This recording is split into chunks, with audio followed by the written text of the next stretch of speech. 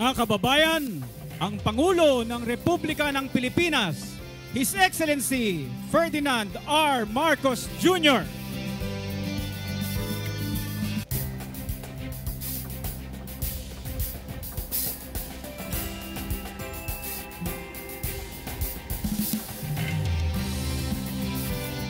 Ngayon pong umagang ito ay inilulunsad sa pangunguna ng ating Pangulo, His Excellency Ferdinand R. Marcos Jr., ang bayanihan sa estero. Malinis na estero, pamayanan protektado. Kasalukuyan pong nasasaksihan ng ating Pangulo kasama ang mga kagalang-galang na opisyales ang ginaganap na clean-up drive dito sa Bully Creek, Pasig City. Samantala, ang ating MMDA chairman ay nagbibigay ng isang briefing.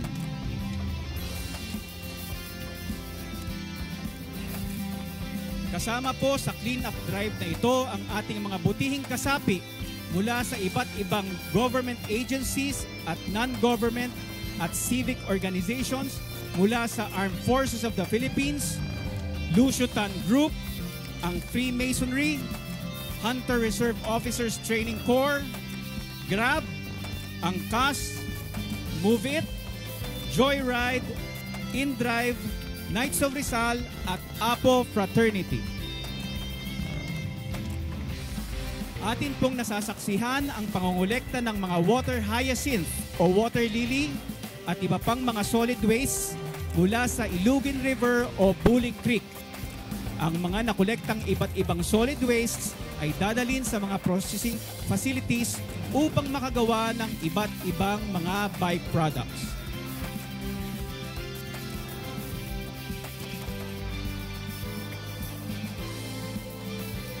Dito po sa Bully Creek, maliban sa basura ay may mga makakapal na water lily na kailangang matanggal upang masiguro ang patuloy na pagdaloy ng tubig upang maiwasan ang pagkaipon nito na maaaring makapagdulot ng matinding baha.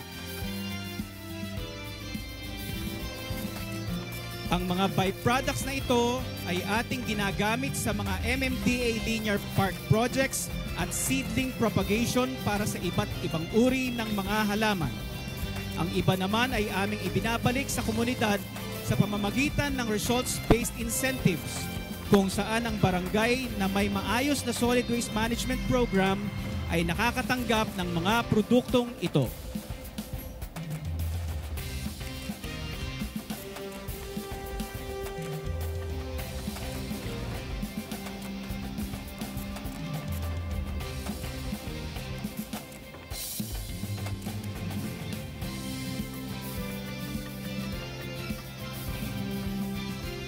Ang process flow po ng byproducts from water hyacinth to lily pods and charcoal brisket ay ang mga sumusunod.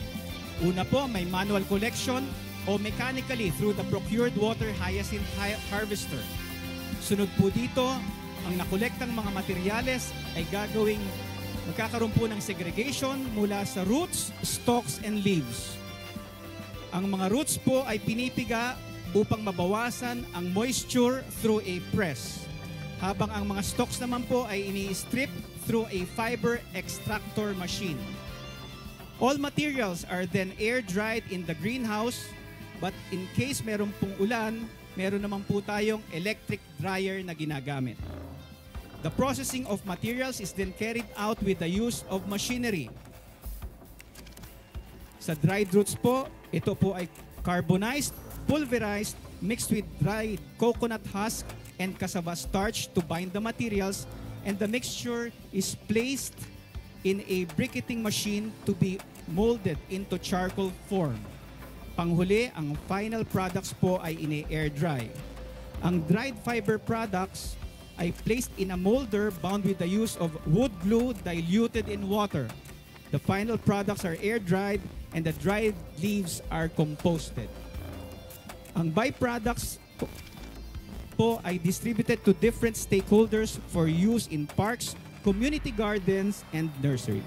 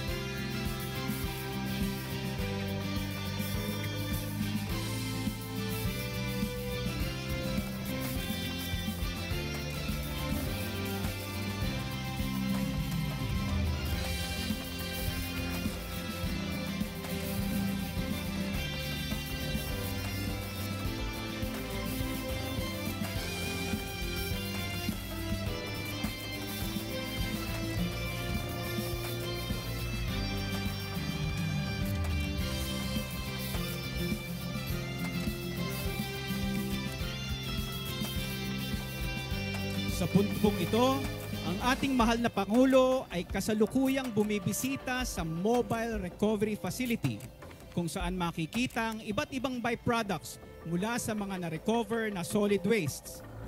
Ang mga nakolektang plastic wastes ay maaaring makabuo ng plastic bricks. Samantala, makakabuo naman ng hollow blocks at bricks mula sa mga glass wastes.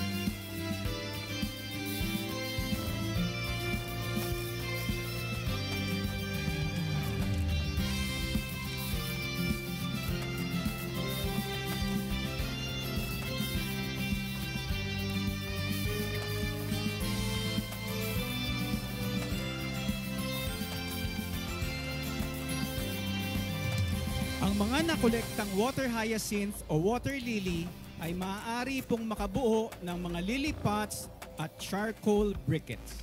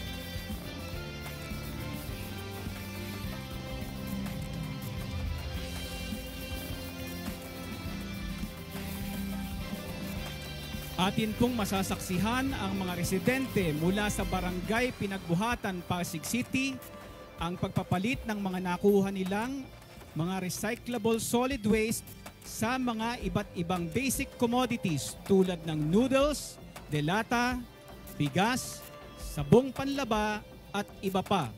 Ito po ay sa ilalim ng Recyclable Mo, Palit Grocery Ko program.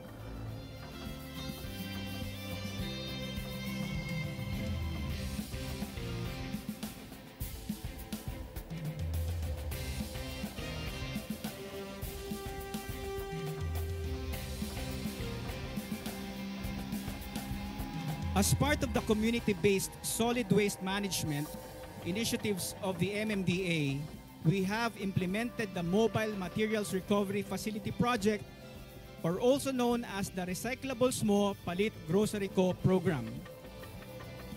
Meron po ditong project orientation and distribution of passbooks. Predetermined barangays are first gathered for introduction of the project and discussion of the exchange mechanisms, where the passbooks for recording points are also distributed to enjoined residents.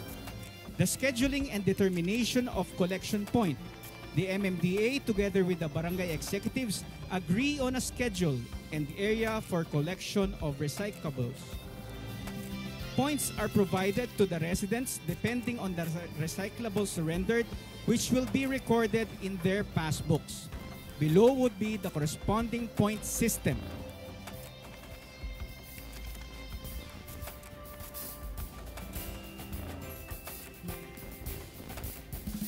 For the grocery distribution, depending on how many points were gathered, the participating residents may exchange these points for goods. Recyclables are then brought to partner recycling centers for processing and upcycling.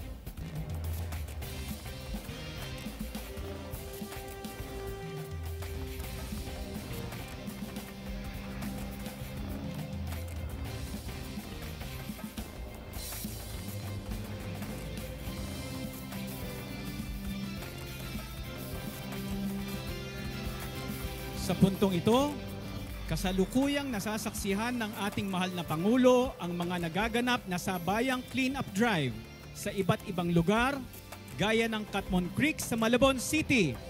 Kaway-kaway po mula sa Catmon Creek. Magandang umaga po, mahal na Pangulo. Mula naman po sa Pinagsama Creek sa Taguig City. Ay!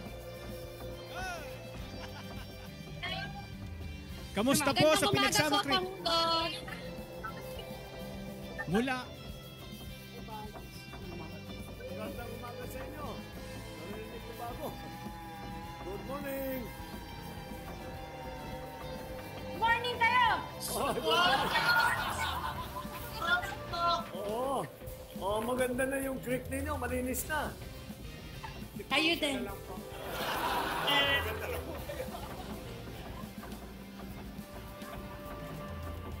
Kaya, Oo. Tapos, pinagsama yun. Ito pinagbuhata. Dito tayo. may kampo ka, Catherine. Tapayan. Doon. Ganun pa, ganun din. Kapal-kapal.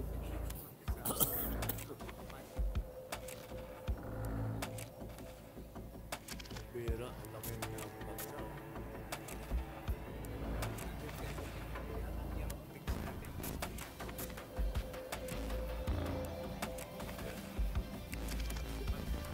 Yung? Oo, tupad ito.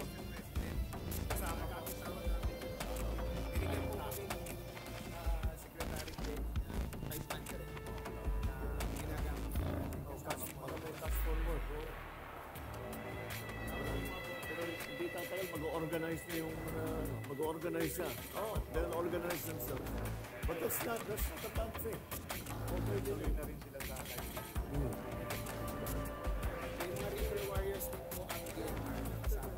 Meron din.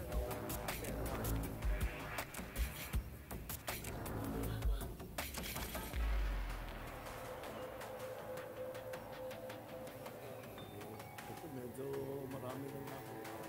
Sahag mo eh. Ano lang po, may heavy equipment naman tayo, Mr. President, sinasabi.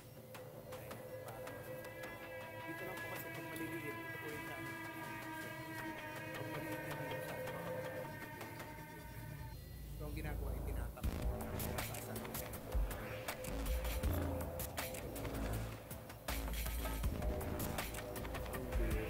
Magandang maga. Ganda. Ano? Magandang maga sa inyo. Dito. Kayo, okay, Agap Street. Ito sir yung project ng tatay niya. College pa ako noon. Yung Senior na.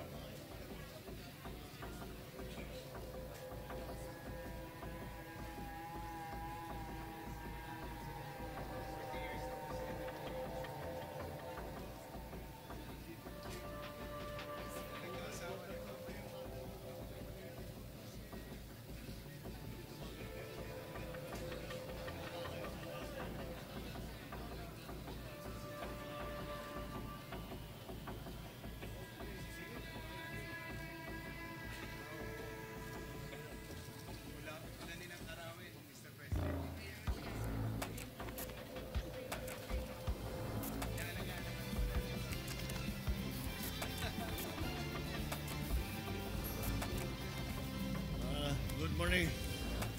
Good morning, everyone. We are here because we are launching the program that is really led by MMDA on what we call the Bayanihan Estero program. And what that essentially means, ay lilinisin natin itong mga estero natin. Hanggat makita na talaga ninyo kung gaano kakapal yung water hyacinth, at gaano karami yung kailangan talagang kolektahin, gaano kababaw na yung tubig dahil sa siltation, hindi mo talaga, kahit na mga picture lamang ang nakita mo, ibang-iba talaga pag nakita mo gaano kakapal ito. Sa dami ng water lily, ng water hyacinth pala, ng water hyacinth, sa dami, kahit na sa yung mga nagtatrabaho doon, dinalakad nila, nakakalakad para silang Jesus Christ, lumalakad sila sa tubig. Oo, talagang ganun kakapal ang nasa ilalim. Kaya kaya pati tao kaya na maglakad.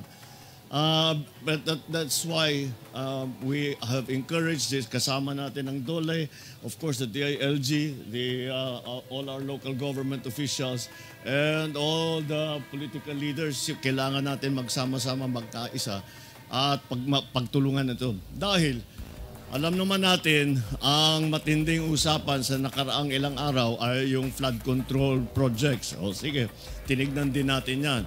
Kahit maganda na lahat ng flood control project natin, kapag ganito pa rin ang ating estero, wala rin, mababaha pa rin tayo. Dahil walang madaanan yung tubig, mababaw na yung tubig, kakaunti na lang ang dumadaan na tubig, pataas ng pataas ang level ng tubig. So, talagang kailangan bigyan natin ng pansin itong problemang ito. And this is our response. At maganda naman dahil mula nung inasimulan natin, there were 23 esteros that we wanted to clear. Bago dumating ang krising, nakapag-clear na tayo ng isang dosena, 12 estero na nalinis na natin. Kaya't kahit papaano, nabawasan ang epekto. Wala tayong magagawa dahil sa dami ng bagsak ng tubig. Ngunit makikita natin kapag malinis ang mga estero, mabilis din mawala ang baha.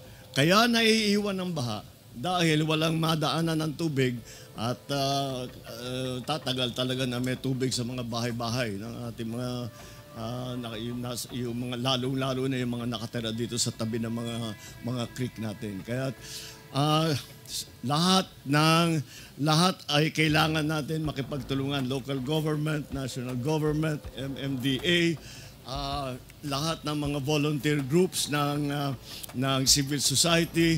Meron tayong grupo rito ng mga veterano ng RO at sila ay inadapt nila ang isang section. Ibig sabihin, that's their responsibility mula ngayon na yun ang silang mamamahala para tiyakin na ayusin yan.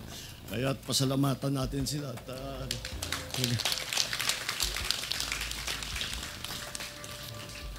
Tama yan. Magandang alimbawa sa atin yan. Bawal mag-retire. Hindi talaga bawal ang mag-retire dito. Kaya sana naman yung ibang grupo, other civil groups will do the same. And adopt a certain section at silang mamamahala sa paglinis at pagtiyak na may dinadaanan yung tubig. Kasabay nitong paglinis, meron din desiltation dahil talagang tumataas ang tubig, mababaw na yung tubig dahil sa siltation. At wala rin tayong choice dun. Kaya't hanggang sa watershed development kasama dito sa solusyon na ito. Dahil yung watershed kung saan nanggagaling yung tubig, pagka maraming puno, hindi nadadala yung lupa. Hindi magsisilt ng ganito. Kapag maraming puno. Kaya kasama sa watershed development na magtatanim tayo ng puno para hindi madala ng tubig yung lupa na dinadala dito sa mga creek natin hanggat maging mababaw kaya nagkakabaha. Kaya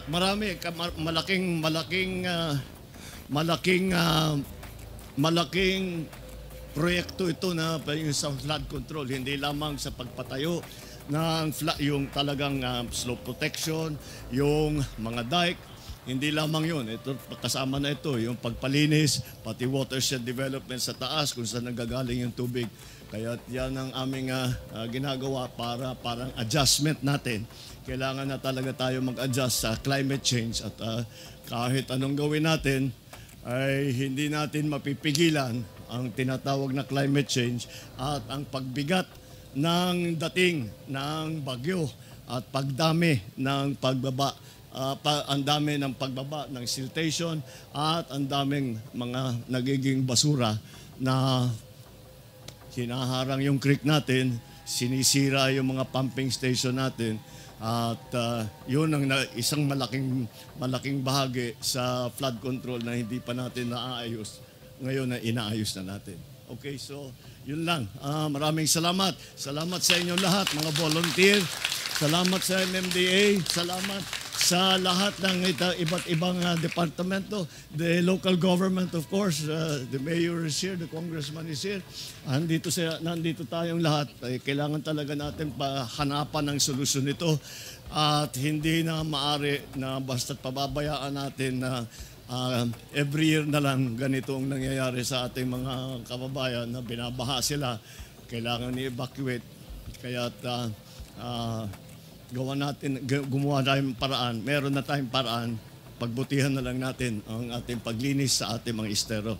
Kaya pagpatuloy natin itong ating project na itinawag natin na Bayanihan Estero. So, maraming salamat. Magandang umaga sa inyo. Maraming salamat po, Pangulong Ferdinand R. Marcos Jr. sa paglulunsad ng Bayanihan sa Estero, Malinis na Estero, Pamayanan Protektado.